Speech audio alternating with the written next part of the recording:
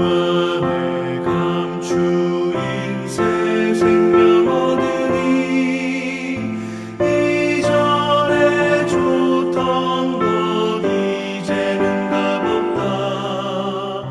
하늘의 은혜와 평화를 맛보니 찬송과 기도로 주 함께 살리라. 영생을 누리며 주 안에 살리라. 오늘도 내일도 주 함께 살리라.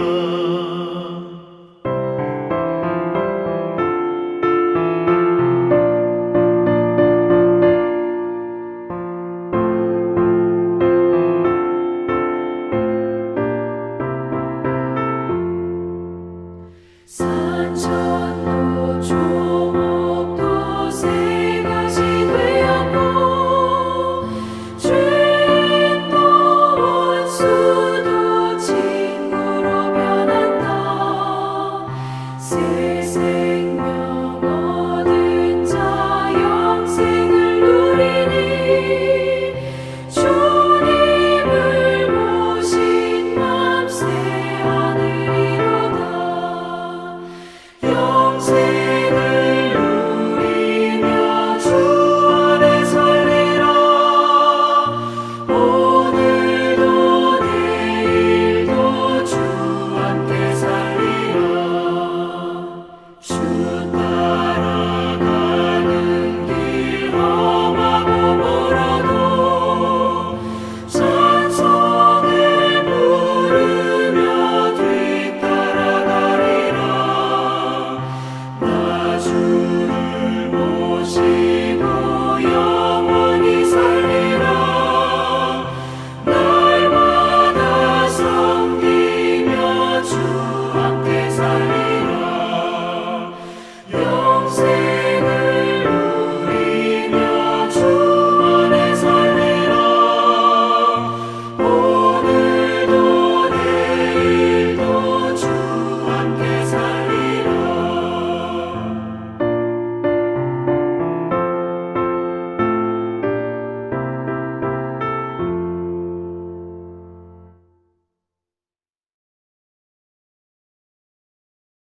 주님을 사모하고 또 주님과 동행하는 믿음을 분명히 가진 모든 분들을 축복합니다. 또 비올드 교회에 오신 여러분들도 진심으로 축복합니다. 우리가 살아가는 동안에 우리의 마음이 무너질 일들을 굉장히 많이 겪습니다. 개인적인 자기 자신에 대한 문제가 제일 심각할 것이고, 가정 안에 또는 일터에서 또는 교회 사역의 현장에서 여러 가지 모양으로 마음이 정말 완전히 무너지는 것 같은 일들을 우리가 정말 많이 겪습니다. 그런 분들을 만나서 이렇게 상담을 하고 같이 기도할 때 꼭 권해드리는 말씀이 있습니다. 그것은 그렇게 마음이 무너지는 상황 속에 더욱 주님을 바라보시라는 겁니다. 이게 마음이 무너지는 것과 믿음이 무너지는 것이 조금은 차이가 있습니다. 마음이 무너져도 믿음이 무너지지 않으면, 그러면 그 어려움이 반드시 유익하게 됩니다. 말씀하신 그대로 하나님을 사랑하는 자, 곧 그 뜻대로 부르심을 받은 자들에게는, 그러니까 믿음이 무너지지 않은 사람에게는 그러면 모든 것이 합력하여 선을 이룹니다. 지나고 나면 정말 기가 막힌 일입니다.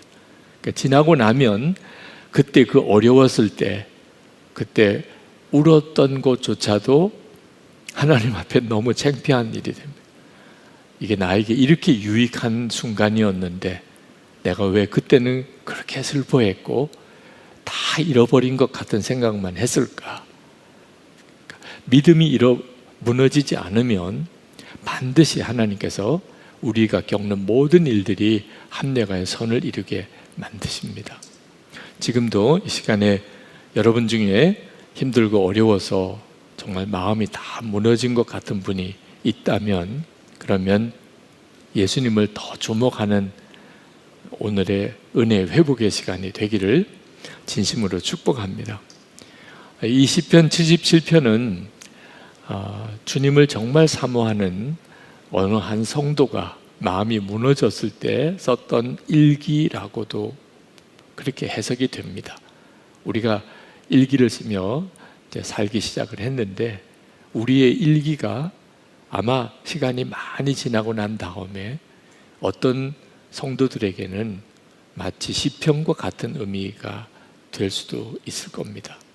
우리가 정말 마음이 무너지는 어려움을 겪었던 어느 성도의 일기를 읽는 것 같습니다.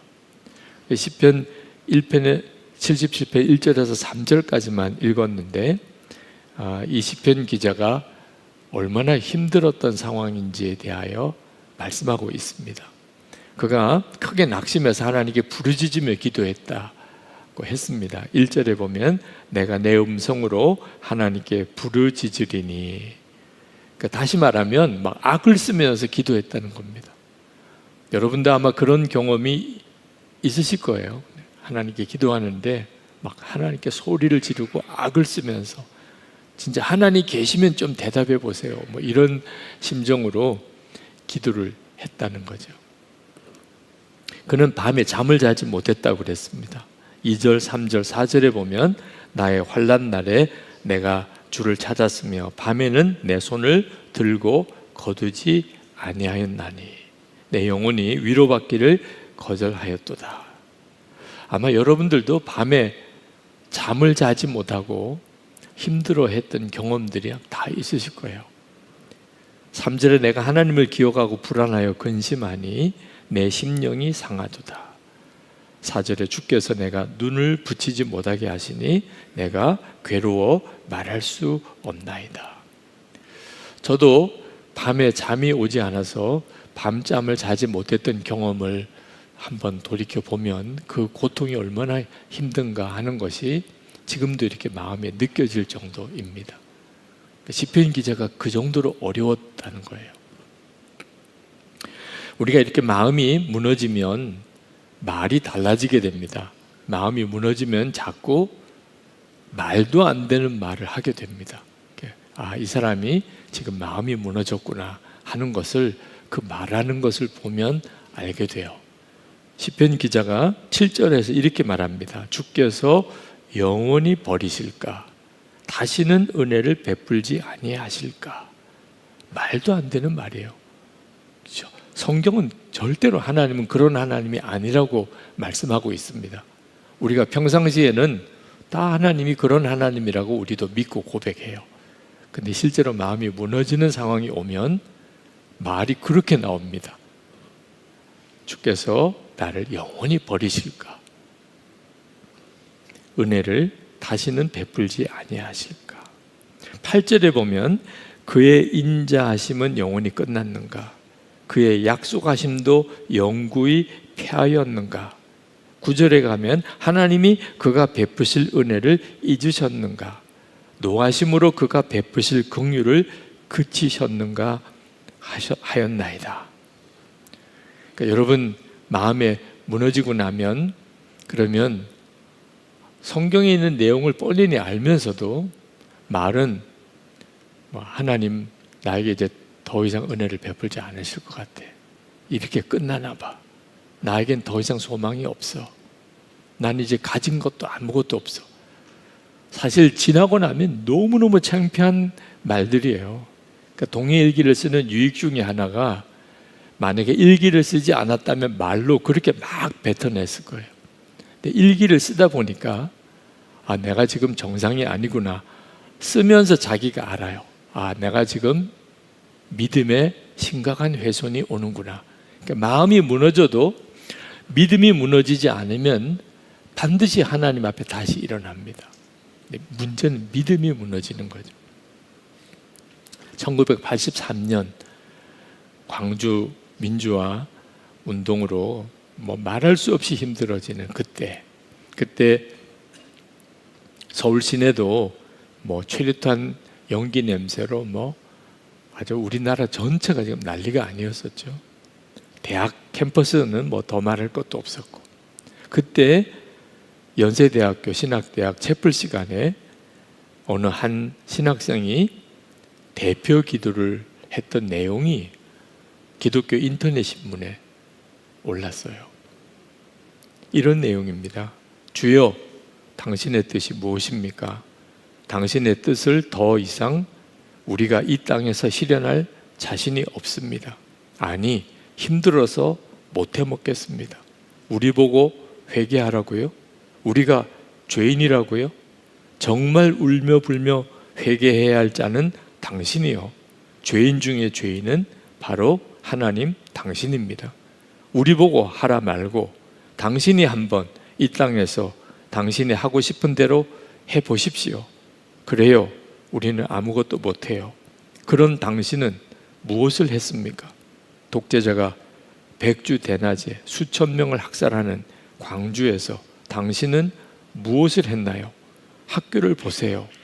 당신을 믿지 않은 선배들이 저 악의 무리들을 뚫고 목숨을 걸고 도서관 유리창을 깨고 나올 때 당신이 선택했다는 우리는 아무것도 못했지만 당신은 또 무엇을 했는가요? 우리 시키지 말고 당신이 직접 해보라니까요. 정말 회개해야 할 것은 당신의 실패작인 우리가 아니라 아무것도 하지 않는 당신, 바로 당신 야훼 하나님입니다. 그래요, 우리는 사실 당신의 선택을 받은 무리들이 아닙니다. 우리는 당신의 아들 예수처럼 살다 그렇게 죽기 위해 있는 것이 아니에요. 사실은 예수의 처참한 죽음을 팔아먹기 위해 또 예수의 그 고통스러운 삶과 당신의 이야기를 강의하며 팔아먹고 살기 위한 무리들이라고요. 그래서 우리가 당신을, 신학을 선택한 것 뿐이라고요. 그래도 고맙지요. 당신과 예수가 있어서 여러 사람이 2000년 동안 먹고 살게 해주시니. 불쌍한 하나님, 우리 같은 것을 앞세워 하나님의 나라를 만들겠다는 하나님, 당신이 그래도 절 사랑한다면 이 길을 가다가 변절하기 직전에 죽여주소서. 당신에게 간구하는 것은 당신의 사람이 이 길을 가다 지쳐 쓰러져 돌아서려 할 때 그 직전에 죽여주는 잔인한 축복을 허락하소서. 그렇게 사랑하셔서 당신이 죽인 예수 그리스도 이름으로 기도드립니다. 아무도 아멘을 안 했어요. 기도한 그 사람만 아멘하고. 너무 어이가 없기도 하고 충격이기도 했던 거예요. 광주 민주화 운동으로 인해 말할 수 없이 막 혼란스럽고 다 사람들의 마음이 무너지는 상황에 믿음마저 무너지면 어떻게 되는가 하는 것을 아주 잘 보여주는 거예요. 마음이 무너지고 믿음도 무너지면 그러면 정말 끝이라고 할 수 있습니다. 그런데 안타까운 것은 지금 이 시대에 많은 그리스도인들이 정도의 차이는 있지만, 그리고 노골적으로 이렇게 말을 하고 안 하고의 차이는 있지만 실제로 마음도 무너지고 믿음도 무너져 가고 있다는 것입니다. 그것이 정말 안타까운 일이에요. 우리에게 있어서 진짜 문제는 정말 해석도 안 되고 이해도 안 되고 그런 어려운 일들이 우리의 삶 속에 일어나는 것이 아니에요. 그런 상황 앞에서 우리 믿음을 지키지 못하는 것입니다. 여전히 주님은 내 안에 계시고 그리고 하나님은 나를 사랑하신다는 믿음이 있다면 그러면 그 혼란스러움을 넉넉히 이겨나갑니다.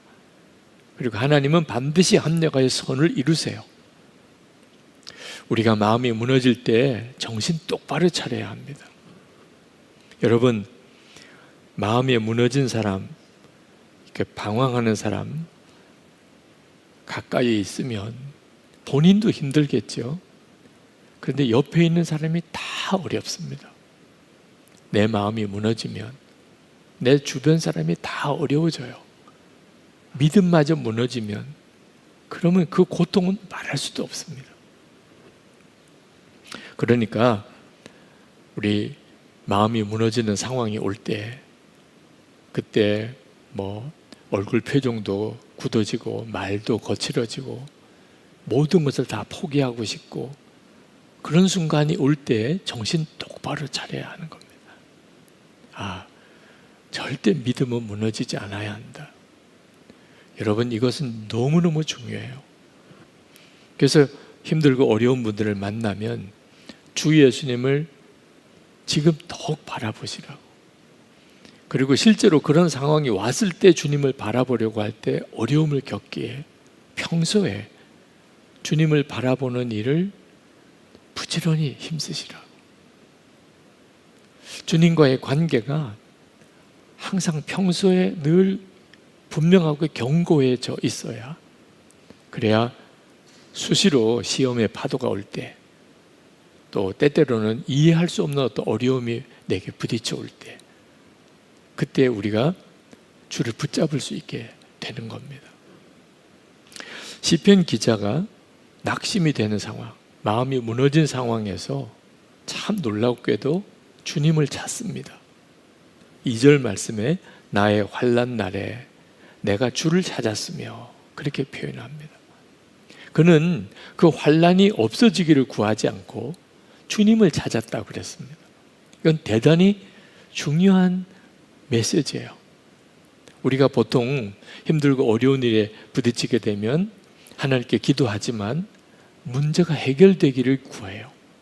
이 어려움이 빨리 지나가게 되기를, 내 억울한 일이 빨리 해결되기를. 근데 이 시편 기자는 그때 주님을 찾았다고 하는 겁니다.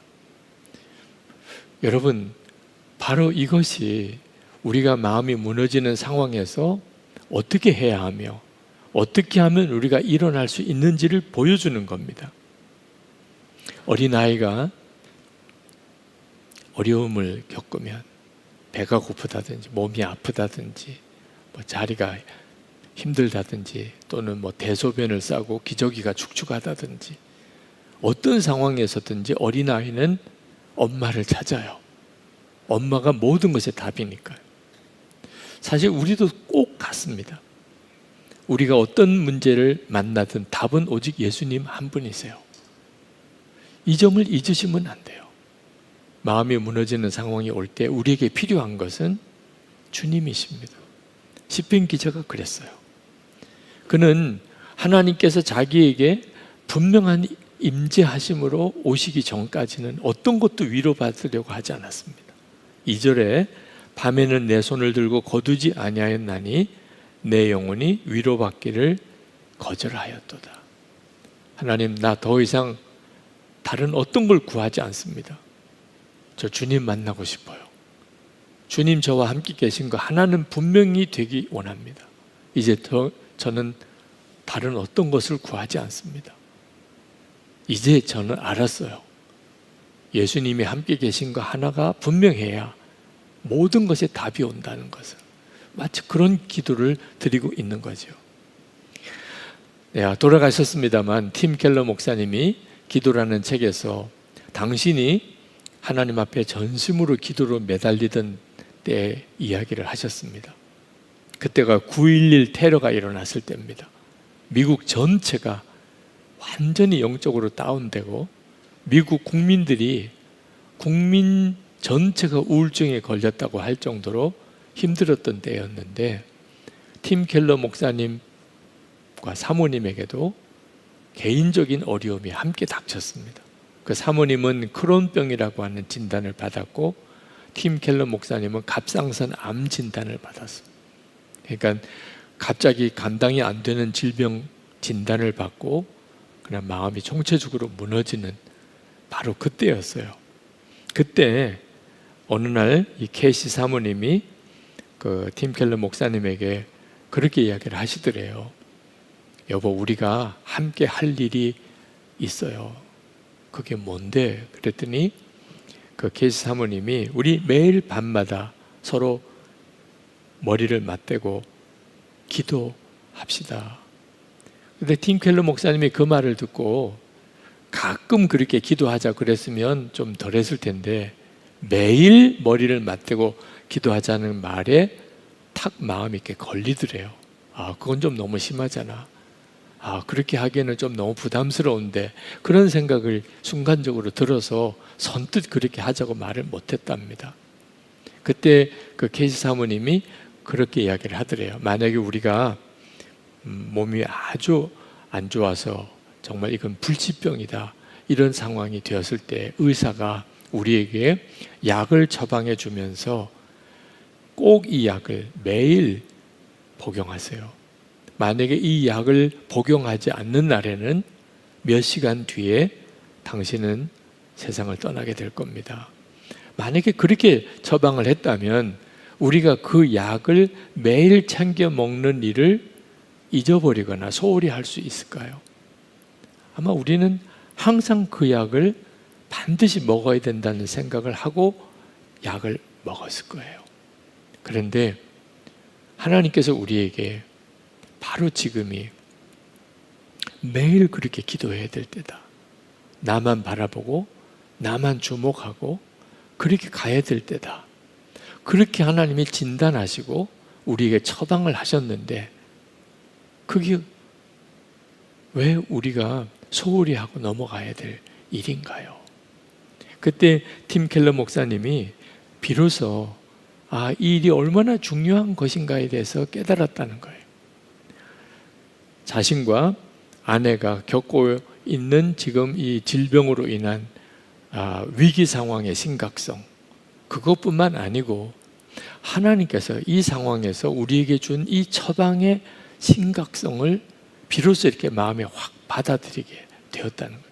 그래서 그 이후로 매일 목사님과 사모님이 정말 서로 머리를 맞대고 기도하는 시간을 매일 가지게 됐고, 혹시 다른 어떤 일정 때문에 서로 떨어져 있어야 되면 전화로라도 같이 기도를 하셨습니다.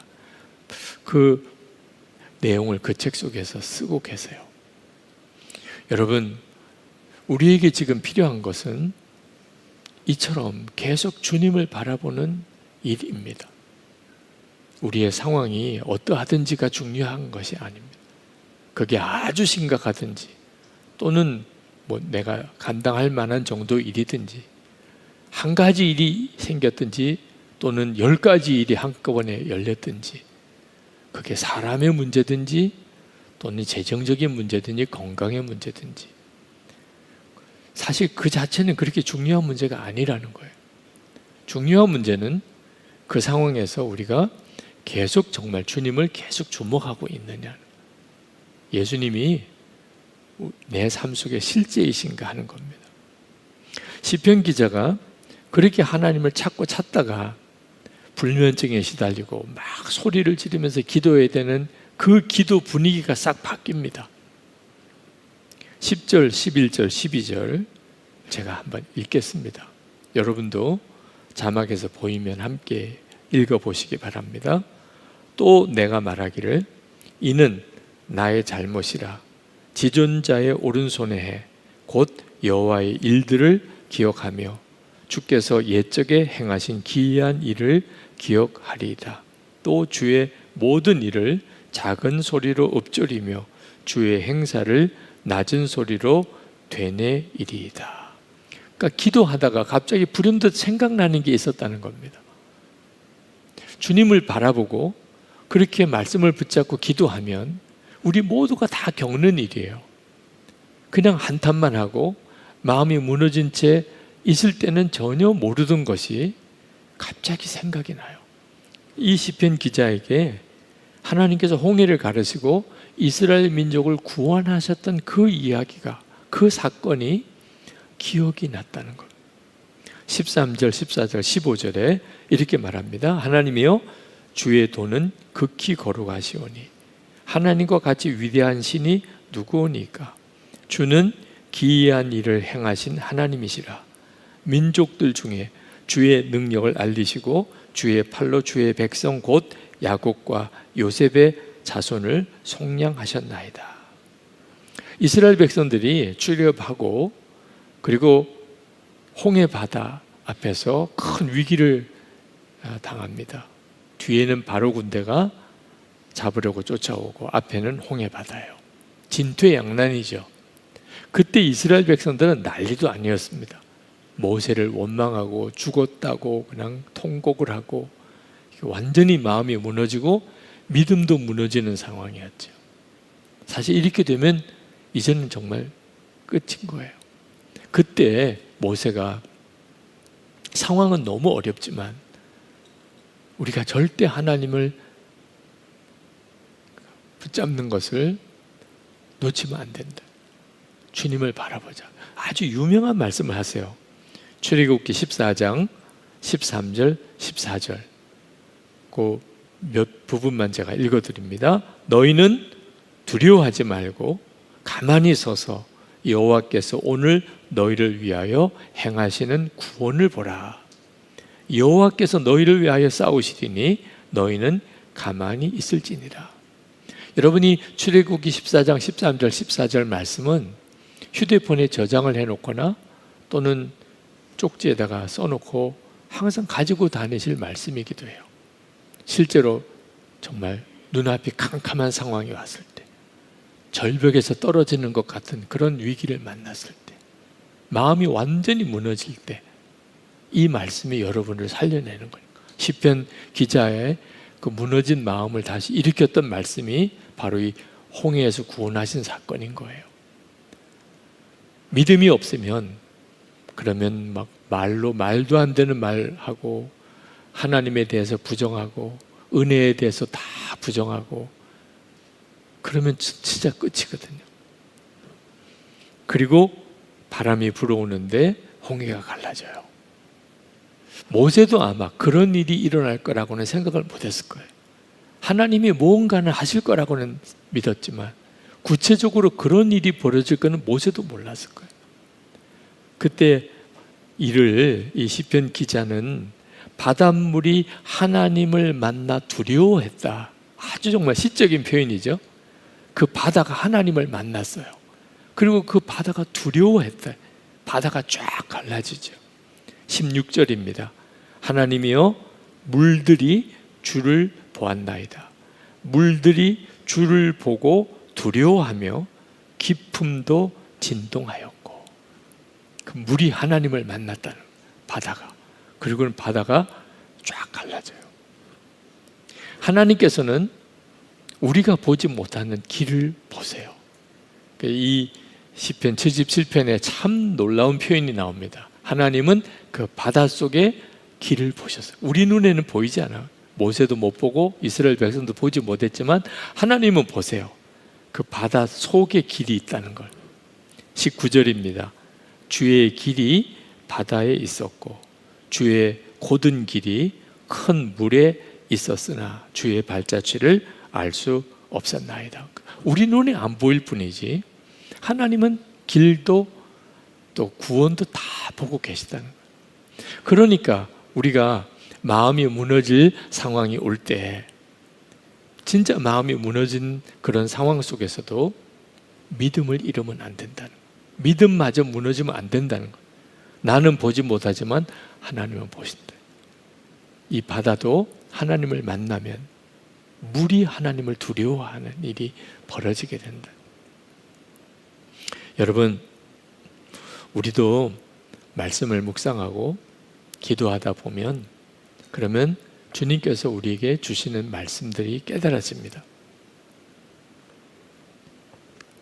동일기를 쓰면서 경험했던 참 놀라운 일이에요. 주님이 우리에게 그 상황 속에서 가져야 될 생각과 또 깨달아야 될 것들을 말씀하세요.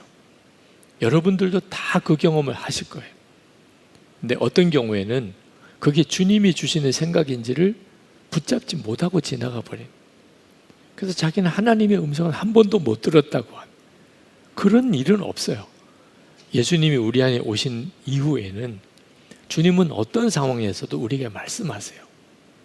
일기를 써보면서 비로소 그것을 알게 됩니다. 어느 사모님이 자살의 유혹을 받으셨어요. 참 기가 막힌 일이죠. 죽고 싶은 거예요. 죽으면 지옥 간다고 하지만 그 사모님 마음에는 지옥이 여기보다 더 나을 거다, 그런 생각이 드는 겁니다. 너무 힘들고 너무 억울하고 정말 죽고 싶을 정도로 너무 힘드니까 차라리 죽는 게 낫잖아, 자꾸 그런 생각이 든다는 거예요. 그래서 그 사모님에게 그렇게 말씀을 드렸어요. 정말 기도도 안 되고 계속 죽고 싶은 생각만 들 때 그러면 예수님 하고 부르세요. 어떻게 기도할 것에 대해서 너무 억지로 기도를 만들려고도 하지 마세요.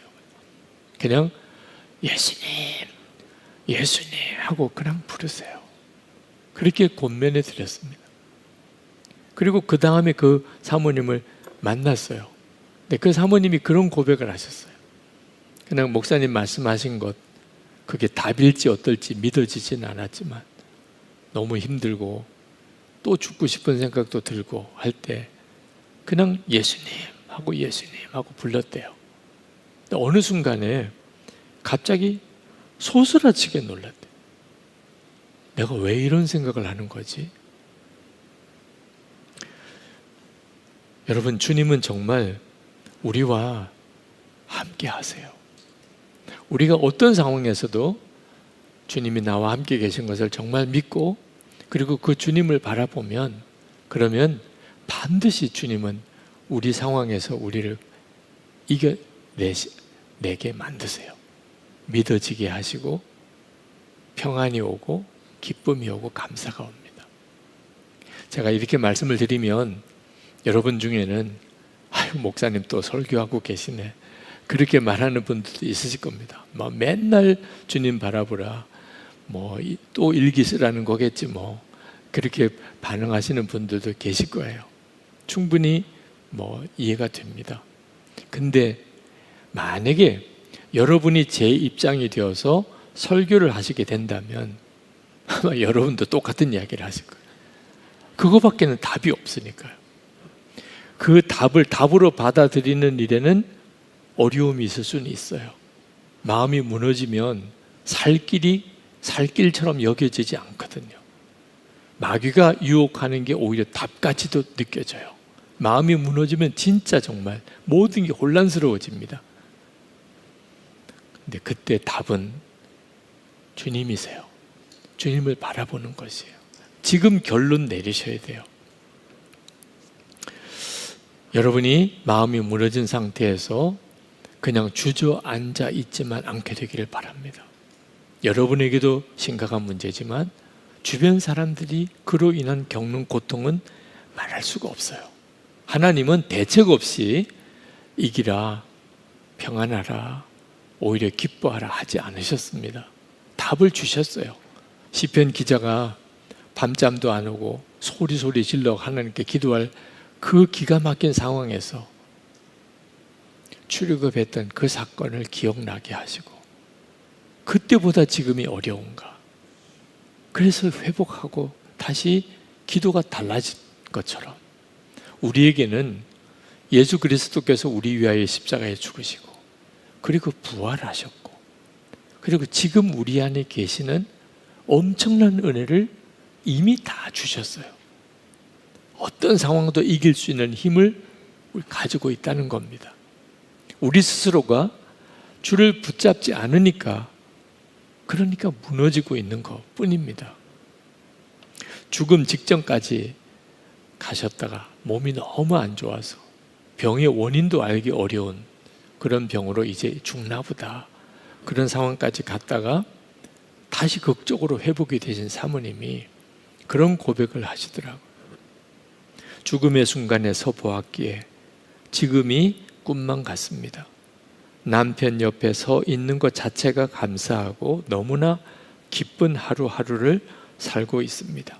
남편이 하는 모든 일에 함께 하는 것이 다 감사하고 기쁩니다. 아무리 힘들고 바빠도 남편과 함께 신방을 가야 한다면 너무나 기쁜 마음으로 따라 나섭니다. 제게 단독으로 맡겨준 사역 또한 너무나 감사합니다. 제가 주님께 순종하는 것 중 하나가 남편에게 안수기도 받으며 사는 것입니다. 매일 저는 남편 앞에 무릎 꿇고 안수기도를 받습니다. 그 힘으로 살고 있으며 너무나 감사한 하루를 삽니다. 저는 항상 이것이 사랑인가를 이제는 점검하며 살고 있습니다. 식탁을 차리면서 수저 놓는 것 하나도 이것이 사랑인가를 생각하며 순종합니다. 죽음의 순간을 실제로 겪고 보니까 모든 것이 감사한 거예요. 모든 것이 기쁘다는 거예요. 그 정도만 돼도 그렇다면 여러분이 진짜 예수님이 나와 함께 계신 것에 대해서 믿음의 눈이 떠가게 될 때 어떤 일이 벌어질까요? 억울한 것도 없고 두려운 것도 없고 절망하는 것도 없고 정말 말씀이 그대로 사라지네. 야, 말씀이 이게 사실이네. 이런 고백이 되는 거예요. 저도 장애인이 될 처지에 막 몰렸던 적이 있었습니다. 받아들일 수밖에 없다고 생각했어요. 근데 그 끔찍할 것 같은 그 상황 때문에 저는 비로소 회심을 체험을 했습니다. 6년 동안 저는 아주 지루한 군 복무 훈련을 해야 했습니다. 정말 남이 겪지 않는 특별한 고통이기도 했지만 그것 때문에 나는 죽고 예수로 사는 것이 십자가의 복음인 것을 명확하게 알게 되었습니다. 저는 대학원 졸업도 하지 못하고 그리고 먼 부산 땅에 내려가서 10년 동안 목회를 했습니다. 근데 그때 예수님의 사람 제자훈련 교재가 만들어졌어요. 선한목자교회 부임해서 정말 감당이 안 될 예배당 건축을 해야 되고 건축비 부채 상환을 해야 했습니다.